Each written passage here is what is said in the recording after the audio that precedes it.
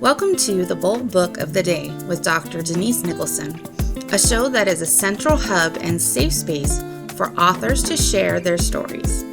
The Bold Book with Dr. Denise begins now. Hello, welcome to the Bold Book of the Day, and this podcast is for anyone looking for inspiration. Please subscribe to my channel. I'm hoping to get to 1,000 by the end of the year, so please subscribe to the channel and tell a friend to tell a friend. Today we have a truly extraordinary guest, a visionary, a mystic, a sacred storyteller, and you know how we love storytellers here. Please welcome Dr.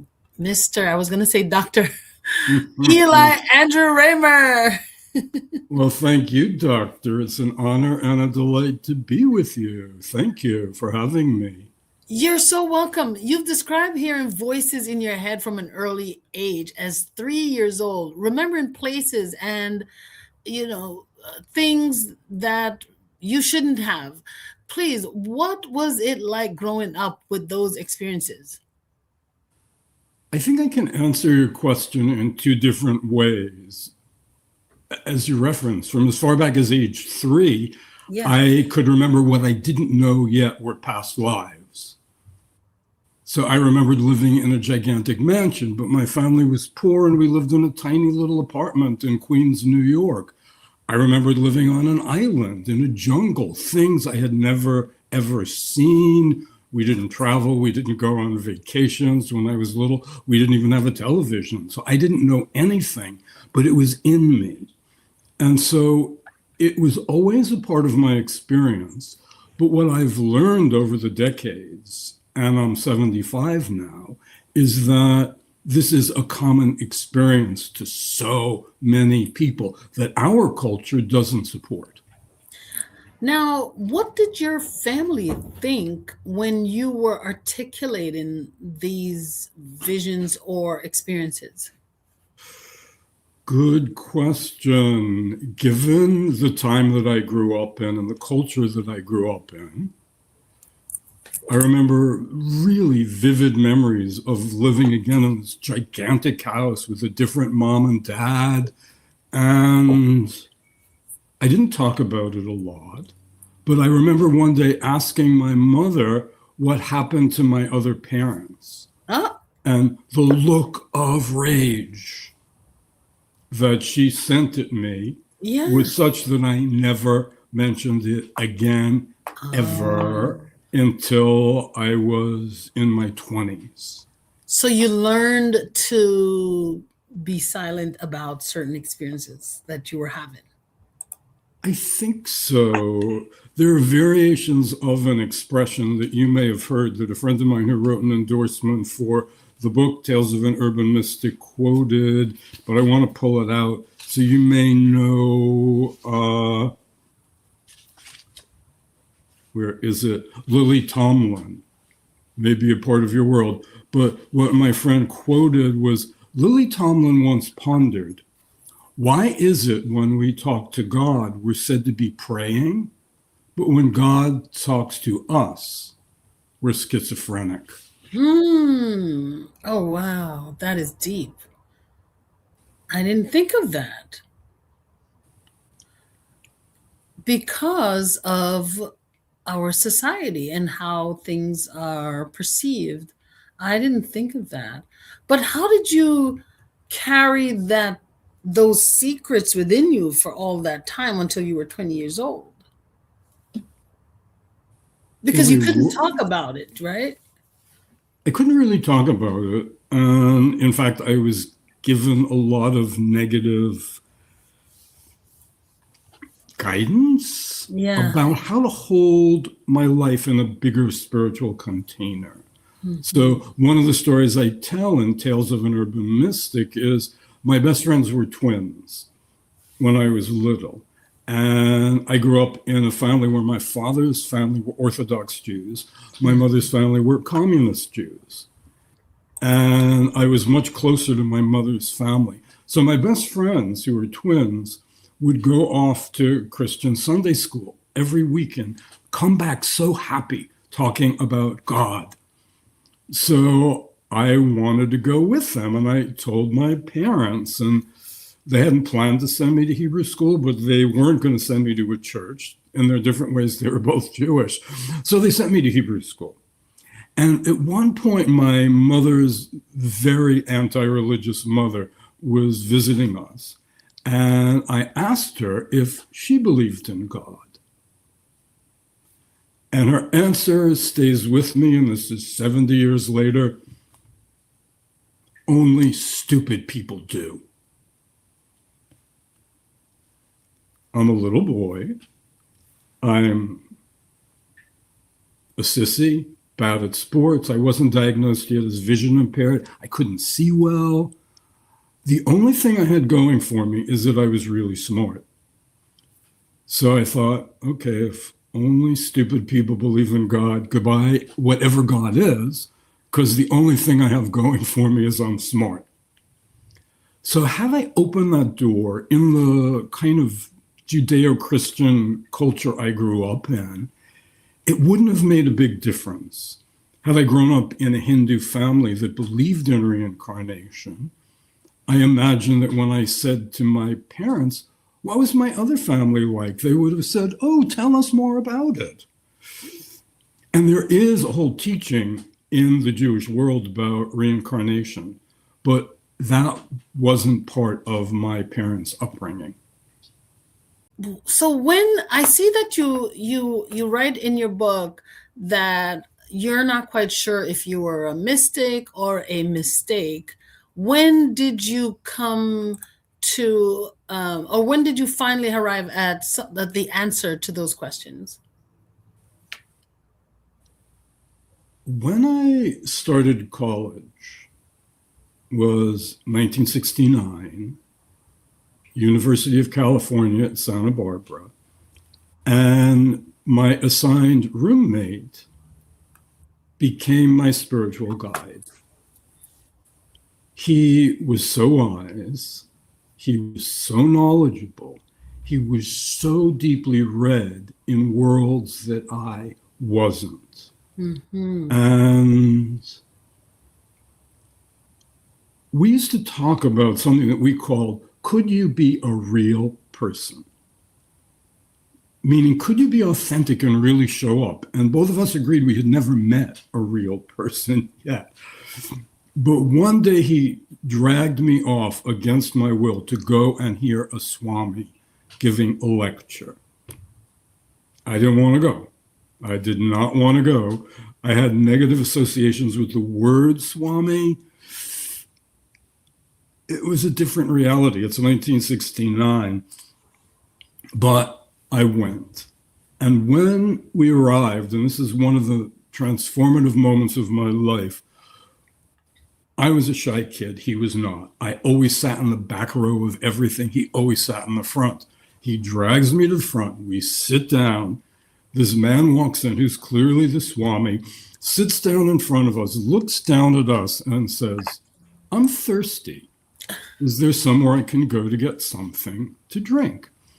And Eric says to him, you know, there's a water fountain in the next building, but they're doing construction and it's muddy. But I brought a little metal cup with me. We'll go get you some water. So we go off, we walk through the mud, we get to the other building, we fill up the cup, we come back, we sit down. The Swami starts his lecture. Oh, Eric handed in the cup. And the Swami says something very like, when you're connected with the universe, everything works out. For instance, I turned to these two young men and I said, I'm thirsty. And they brought me a cup of water. So I look at Eric. Eric looks at me like, this is a real person. And it changed both of our lives in a profound way. So he opened a door to spirituality for me, which wasn't a word I'd heard yet. I went off to college to become an archaeologist, but Eric moved my life in a very different direction, took me to other lectures, classes, and then, heartbreaking story, A few weeks after freshman year ended, Eric tragically died at work in an accident in his summer job. Oh, wow. I'm so sorry. I look at a picture of him every single day, but he opened this door to me. So I came back, I took a class in sociology of religion. Very long answer to your question. And the professor taught me how to meditate. Our only assignment in the class was that we had to keep a journal, a handwritten journal. There was nothing else. I guess we could have typed it, but a handwritten journal. And I'm now in notebook 172. I have been keeping a journal ever since by hand. And that professor changed my life, taught me how to meditate, and taught me that in an innate way, I already knew how to meditate. And that's been my journey ever since. What do you think the impact of journaling has had in your life? I just had a conversation with another author, and his recommendation was that we keep a journal. And here you are. I don't think anything is coincidence. I read a number of books that just exemplified how like the celestial, I can't remember the author of this, the Celestine Prophecies. Yes.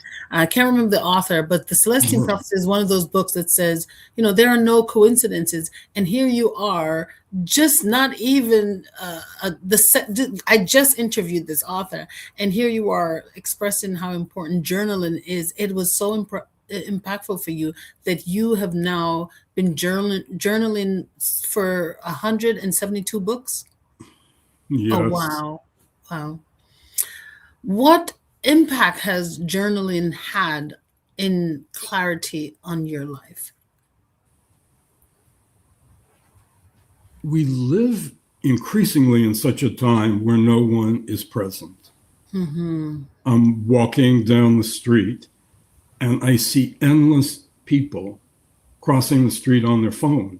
I've never seen in my life so many people almost hit by cars. Yeah. Either because they're crossing the street without even looking up, or because someone is driving down the street, but they're looking at a device in their car. Mm-hmm. Yeah. And so for me, what a journal does, and it has for all of these years now, is it's given me a mirror for myself, my nature, my body, my life, and my soul. Wow. You also, I don't know if you think of this as a coincidence or not, but you live in you were raised in Elmhurst, New York. And then right across the street from you was an amusement park called Fairyland, right? Yes, you got it. And now you live in Oakland up the street from another Fairyland. Do you think of that as a coincidence, or is there something more to that? I think it's intentional. I don't know if you'll be able to see this, but when I like to give talks and I hold up this little piece of paper and I put a slash between the elm and the Hearst. Oh, wow. Of where I was little, and the oak and the land. So I am a lover of trees. Yes. And I feel like, in a way, that spirit, the creator, what I primarily think of in my deepest experience of God is she. So I feel like Goddess guided me in this curious journey from fairyland to fairyland as a gay man. So it's comic for me. Some people don't like to be called fairy, but it always makes me smile. And the trees. I sometimes I said, I may not really be gay, actually, because my really first big crush on life was a gigantic pin oak tree in our backyard when I was 5 and we moved. So what does that make me? I'm not attracted to men or women. I'm attracted to trees. Can you tell us about the moment that that you felt like God was speaking to you about writing this book. Yes. So that spirals back to, at different times in my life, I heard a voice that I kind of thought was God, but I didn't know. And it was very scary. Mm-hmm. And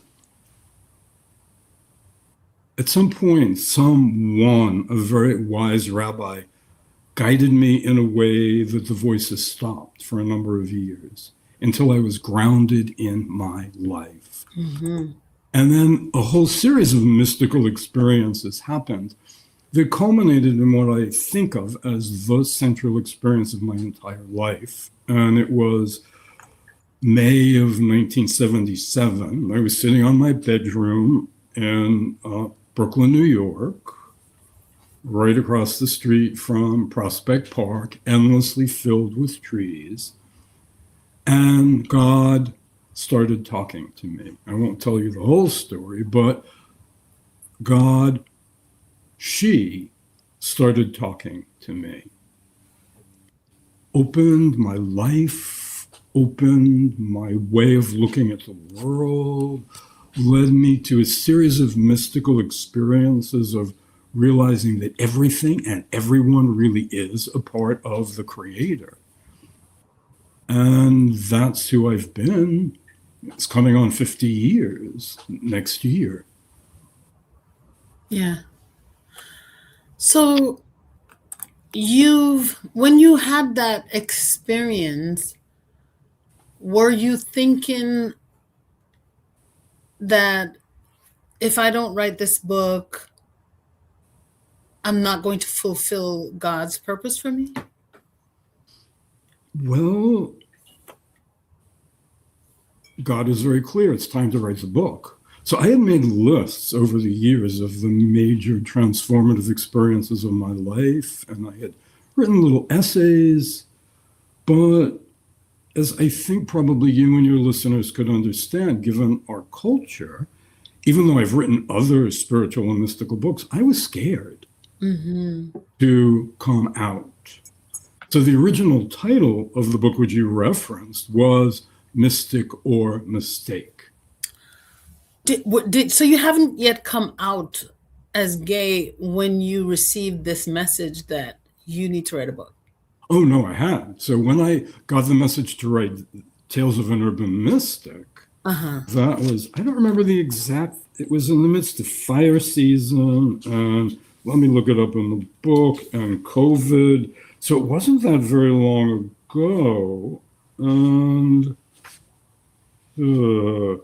it's funny, I don't know how this is with other authors that you work with, where people reference their book. It's like, what did I write? When did that happen? I don't know. You read all the book, the time. I didn't read this book. I only wrote it. I wrote it.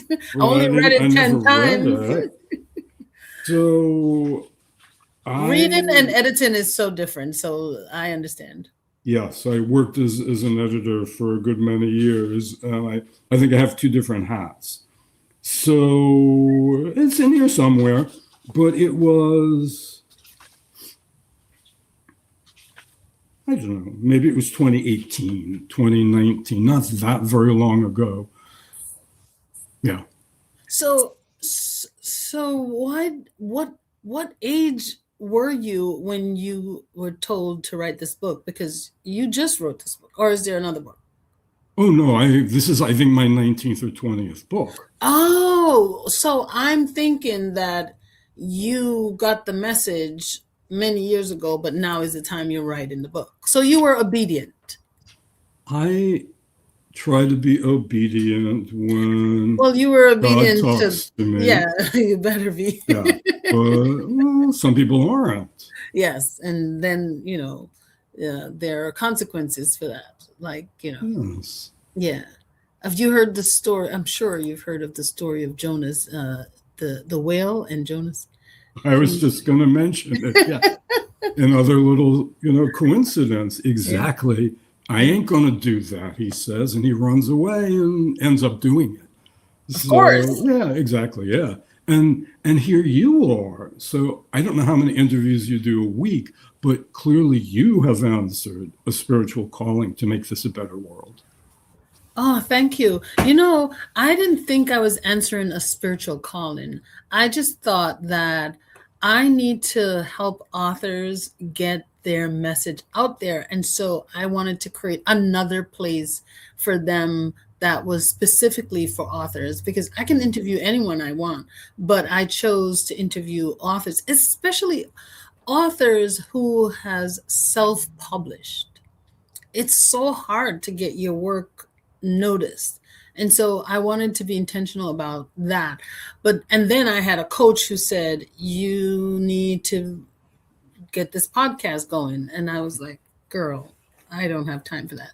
But then, I wanted to be coachable and, and listen to my coach. So I started this podcast, but it's one of the most rewarding things that I've done, because the authors that come here, they get so excited about sharing their message. And that makes me feel very good.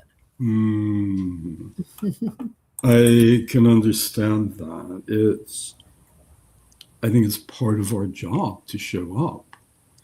Yes. So now the subtitle of your spiritual life is set not on a mountaintop, but in an apartment building. Tell us about that. Why is that urban, everyday setting so important for you? In my mind, the people that I know primarily who have had mystical spiritual journeys went to live in an ashram, lived in a retreat center. I haven't done that a lot in my life, but everyone I've ever been to was in a beautiful, remote place. And that's my idea also of where you're going to have one of these experiences. But I'm sitting here and I'm looking right out the window. I don't know if you can see the cover of the book well, but very well. It's my favorite color, blue. This is exactly what I'm looking at, which is the edge of downtown Oakland. And I'm looking directly at the Cathedral of Christ the Light and a bunch of buildings and a little sliver of Lake Merritt. And I felt that one of my jobs is to support people who are not living in ashrams, who have not left the world, who are not living in convents, monasteries, having what our society defines as a spiritual life, but are in the midst of family, culture, working, which is the majority of people. And so I felt what I was guided to was to own who I am as an urban mystic who started out his life in New York City, in Elmhurst, and now lives in Oakland. Yeah. Wow. Do you believe that mystical ability is part of genetics? Absolutely, yes. With a range, but absolutely. So again, as I said before, I can't dribble a basketball. I can't drive because I'm vision impaired. I'm allergic to fish, which I keep reading is one of the healthiest things to eat. But I can sit quietly and I can hear the voice of God, she, and angels, and have conversations with ancestors who died hundreds of years ago. And so that might not be your strongest skill if you're listening. You may have another skill that I don't have. So I think in a society that supported all of this, everyone would have some sense of it.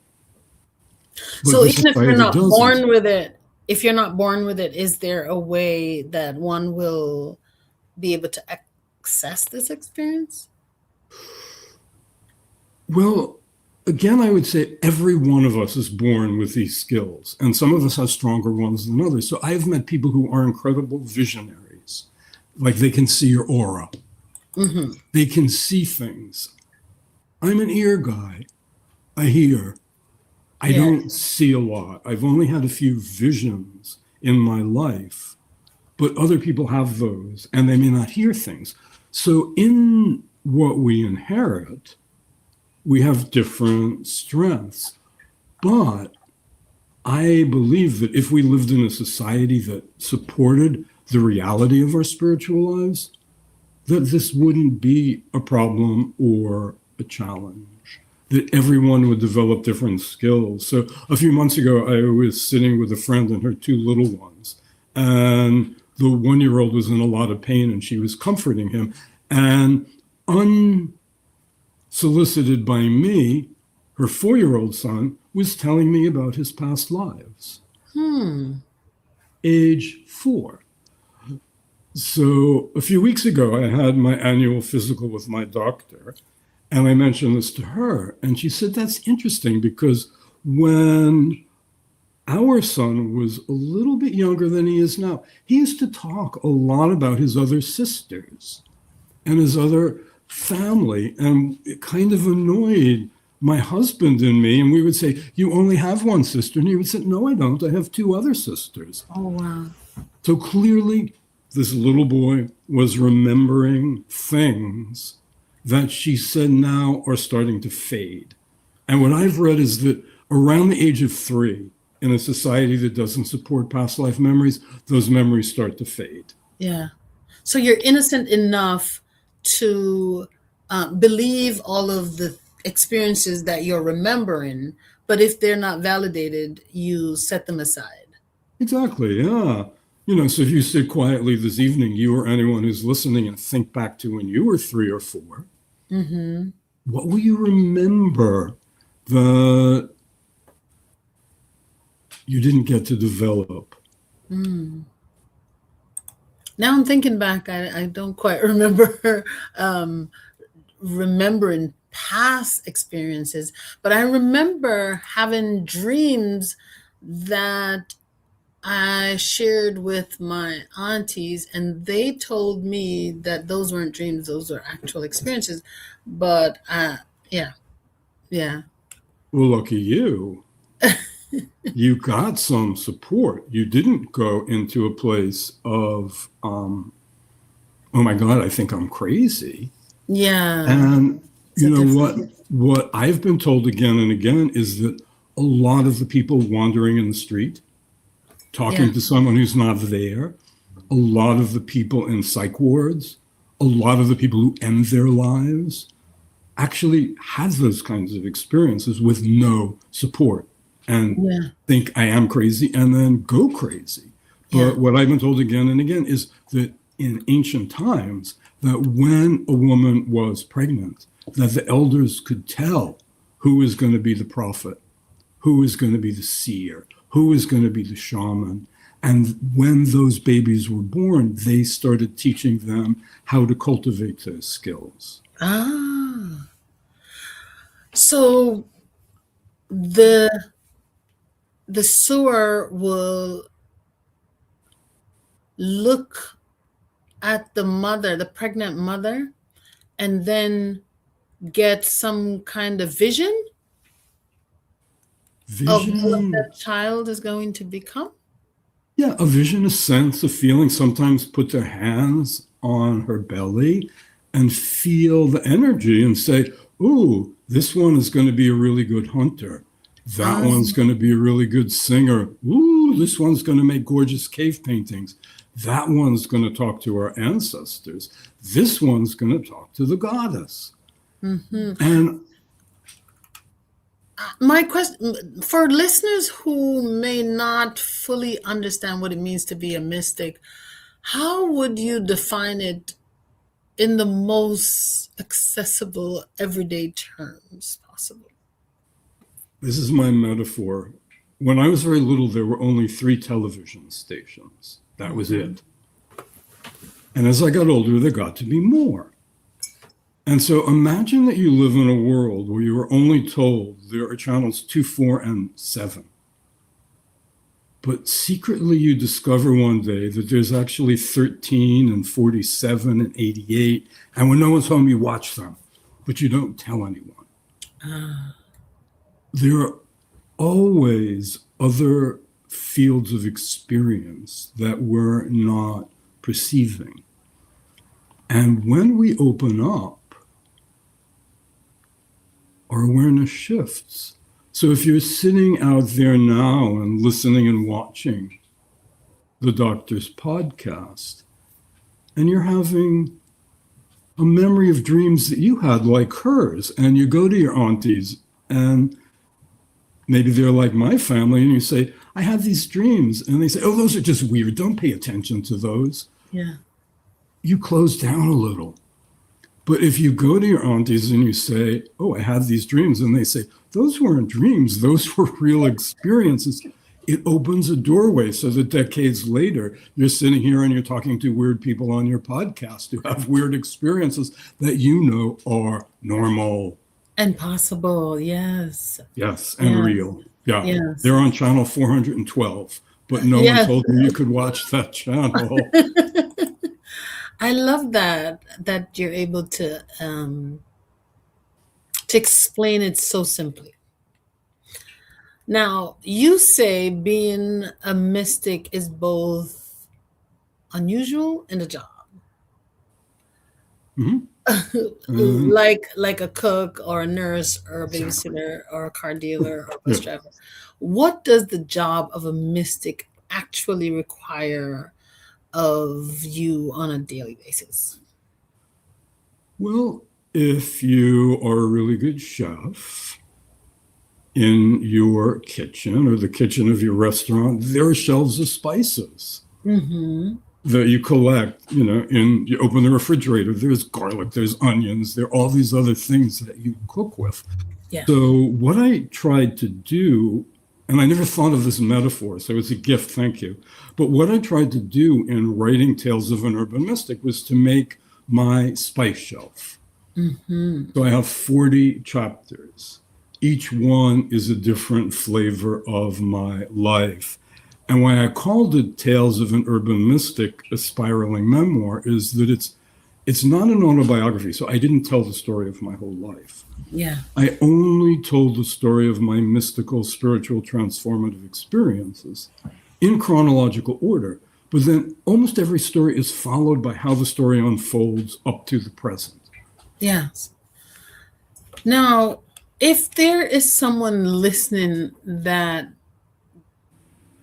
they are having some questions about, am I a mystic? Or, not that if I'm a mystic or a mistake, like you've asked yourself, but am I a mystic or am I just getting crazy dreams or getting crazy visions?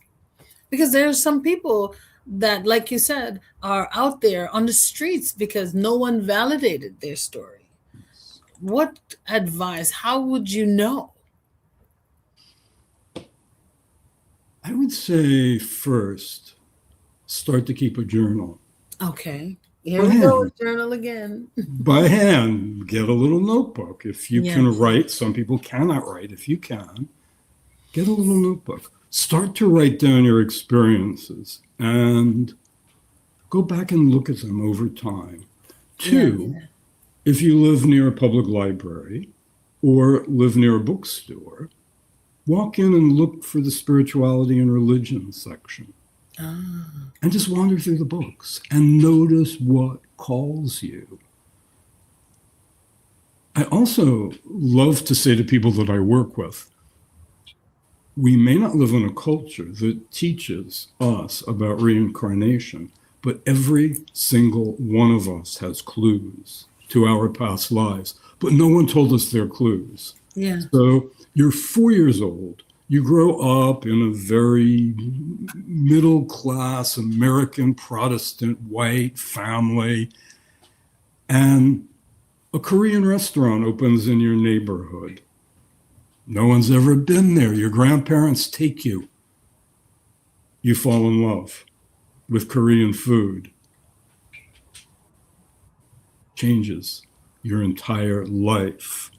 Or my mother had a best friend. They were born in adjoining houses. And the friend had a child out of wedlock who she gave up for adoption. And many decades later, she had a long story, I won't tell, contacted him. And his very first question when they met on the phone was, am I Italian? She said, I am half Italian and half Irish, but your birth father, who's sitting next to me on the couch, who has remained in my life, is totally Italian. Why are you asking? And John says, I grew up adopted by this incredibly sort of upper class, white, Southern rich family. And from the time that I was little, I was in love with Italian food, annoyed my family. I got a PhD in Italian language and literature, which annoyed my family. So here's a person, I think at this point he was in his late 20s, early 30s, never knew anything about his biological ancestry, and finds out that he's 3/4 Italian and has a PhD in Italian language and literature. So what's the innate wisdom that we carry with us that we don't have a clue to because it's not supported in our culture? But like you said, you can feel it. It's innate. Yes. Yes. So if you're sitting here now and you either are going to read Tales of an Urban Mystic or not, look around your room. Mm-hmm. Ooh, you're African American, but every painting in your living room is from Japan. Mm-hmm. Is that a clue? Yeah. Probably. Mm-hmm. Now I'm going to look at my surroundings and my life a little bit more closely to see what clues about my mystic life. I can't wait to read your book. I don't know if I'm going to get the chance to read it this year. I'm being totally honest. I usually like to read when I'm traveling, and I have committed a few books to those travels. Let me put this. So maybe I'll read your book because I really want to read this book. I'm going to read this book before the end of the year. I'll read it. Yeah. I'll read it before the end of the year because it may answer some questions about who I am and what I want to accomplish. So, if I can just understand a little bit more about what God is telling me to do about what I think may be mystic, but it's not. It's, God speaking to me. I'd love to, I'd love to learn more about that. What can a reader, why should I read your book? What can I gain? What's in it for me? I think what you just touched on is we don't live in a world that supports those stories. And I was called to tell my stories in Tales of an Urban Mystic to be a mirror. So on one hand, they're my stories. But on the other hand, they're everybody's stories. So it was just Easter. We go through the heartbreaking story and then the joy of resurrection of someone who died a very long time ago. It's part of our culture. It was just Passover. Yeah. We go through Ramadan. We go through all of these different holidays that bring us a bigger piece of culture and other stories. We never stop telling the stories from the past. And what we don't know is one of your listeners today going to be the founder of the radically transformative, spiritual, and unifying religion that every wise elder of the past in every faith tradition has invoked in some way. Being the sort of queer, feminist that I am, I'm imagining that she/they is listening to your podcast and thinking, oh, I'm not crazy. Those voices that I'm hearing are really coming from the Creator. And I'm going to start writing them down now.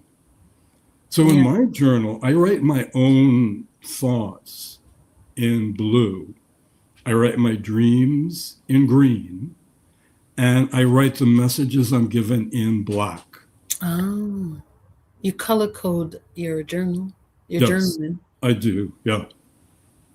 Where did you get that idea, and what are the benefits?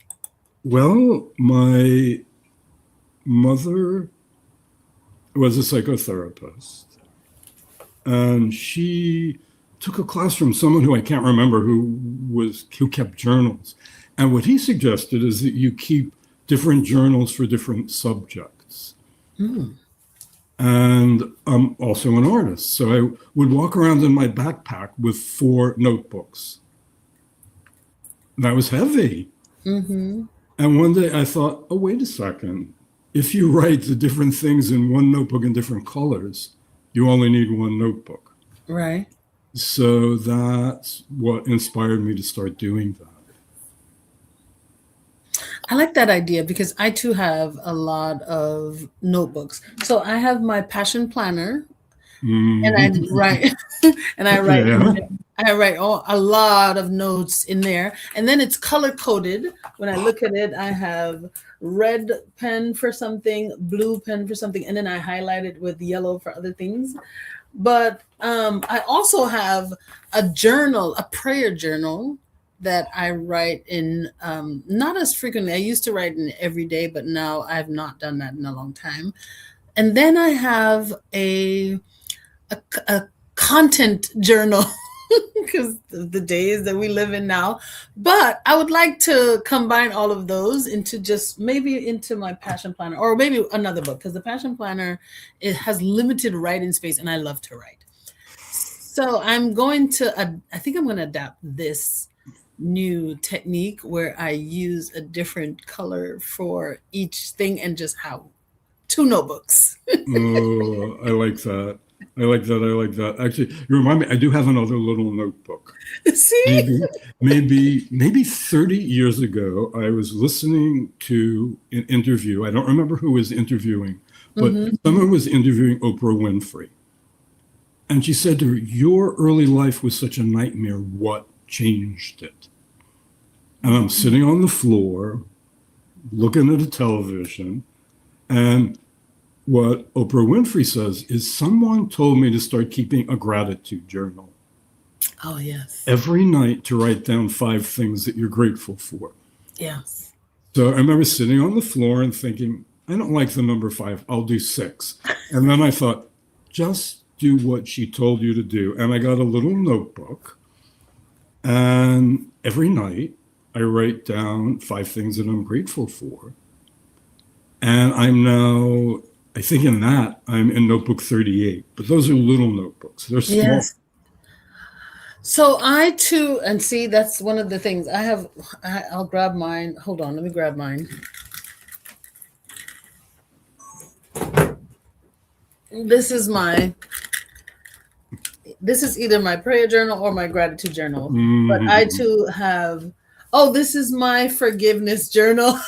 Oh, love it. Oh my God. I'm going to continue. I have lots of pages in here to fulfill. So I'm going to start color coding those. This is my forgiveness journal because, honey, I had a lot of people to forgive.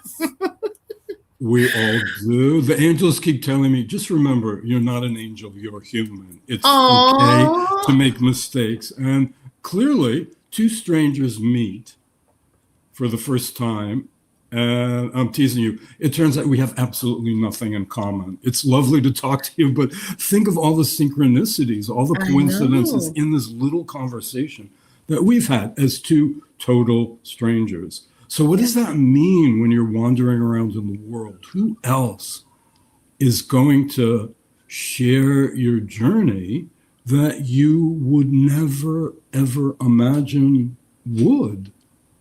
Yeah. We are more alike than we are different. And I think that is the common theme in this world, that if we could look at our neighbors and see that we are more alike than we are different, despite the many differences that we see daily. Exactly. And I think that's part of your answering your calling, is that when you interview someone, they may be telling the strangest, weirdest stories. It echoes into pieces of your life. And I imagine this happens always. Quite often. And what does that mean? That one human being is so enormous. And what does that mean as a reflecting mirror that's different than when we stand in the bathroom and look at ourselves and one face shows up? How many faces do we have? How many facets? How much are we more like a diamond than a little photograph? Wow. Thank you so much. Andrew, we close every episode of the Bold Book of the Day with 3 questions we ask every author. And I have a feeling that your answers are going to be unlike anything we've heard of before. What's one bold promise that you can make to the audience listening today? That I'm with you, even if we never meet. That I'm with you, even if you never read Tales of an Urban Mystic. And that I'm with you in the way that you're with me, even if we're never walking around Lake Merritt in Oakland and you nod at me and I nod at you. That we are all descendants of the same ancestors, that every person we pass is a cousin, and I'm your cousin and you're mine. Oh, beautiful. And we should treat our cousins with love. Yes. What's a bold statement that you would like to make that may cause a paradigm shift in the way people think? Even though that last answer, that shifted me just thinking about that, just hearing you say that. Yeah. Yeah. Well, as I mentioned earlier, next May will be 50 years since I started taking direct dictation from God. Yes. And what she has said to me is that when we come to our 50th anniversary, I am going to dictate the last section of a book that you've been taking dictation from for 50 years. So that book is called God Waves.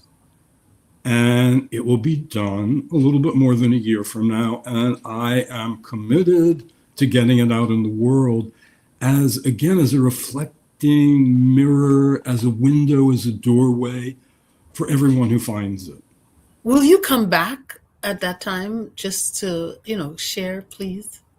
I will be so honored and delighted. Yes, thank you. Oh my goodness. And what's a bold move that you'd like to make in the future? You're doing so many great things already.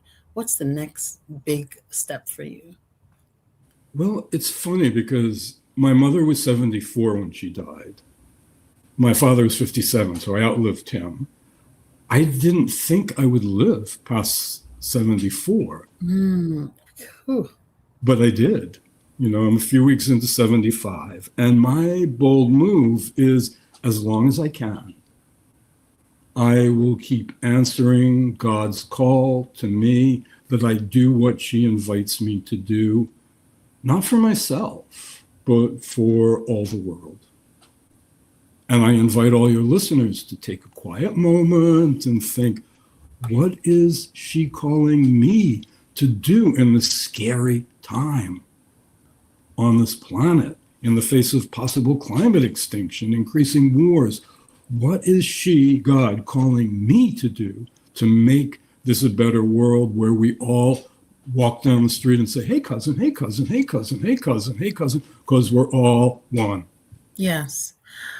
Where can we get the book? Well, Tales of an Urban Mystic is available directly from the publisher. It's called Resource Publications. You can go to their website. It's called Wipf and Stock, WIPF They're based in Eugene, Oregon. My favorite thing, I worked in bookstores for many years, is if you live near a bookstore, yes, you can get this online. You can go to the places people go to. If you live near a bookstore, go in and order it. Support your local neighborhood bookstore. Yes. Walk in and say, hey, I'm looking for a book. It's called Tales of an Urban Mystic. Do you have it? Yes. Can I order it? Thank you. That's a good advice. Guys, you have been blessed because Mr. Ramer graduated from UC Berkeley as a religious studies major. Then he was trained at the Swedish Institute of Massage. And then he became certified body-centered therapist. And now you have, even though he is so well-rounded, you have a mystic giving you super mystical advice and just giving you an opportunity really to tap into your own mystical auras. And I find this fascinating. Andrew, this has been one of the most thought-provoking and genuinely moving conversations that I've had on this show. Thank you. Thank you. You've lived a life that most people wouldn't dare imagine, and yet you've had the courage to write it all down. I appreciate the work that you've done. So whenever you can, please come back and share with us, because I think it is something that will change our world. Well, thank you, Doctor. I'm in awe of how I live in a cave a lot. You are out in the world. So as you remember the song, I'm coming out. Uh-huh. So here's my little echo back to you. When the next book is out, I'm coming back. I want the world to know that you're my cousin. And so all your listeners, and thank you so very much. You're a blessing to the world. Thank you. I receive it. Thank you so much. I'm looking forward to seeing you again. Guys, please go out there and get this book by Andrew Ramer. Mystic. Say it again one last time. Tales of an Urban Mystic. Tales of an Urban Mystic. Go out there and grab your copy today. Thank you. Thank you. Bless you and bless all of you who are here with us. Now, if you are thinking about writing a book and you feel stuck or overwhelmed, I have a writing class. We meet every Sunday and every Wednesday. You can send me an email and I can send you the details so you can join us at authordnicholson@gmail.com. authordnicholson@gmail.com. Thank you for joining us for the Bold Book of the Day with Dr. Denise Nicholson, a central hub and a safe space for authors to share their stories. Follow Dr. Denise on Facebook and Instagram at Denise Nicholson, or go to denisenicholson.com. Remember, no one can share your story better than you.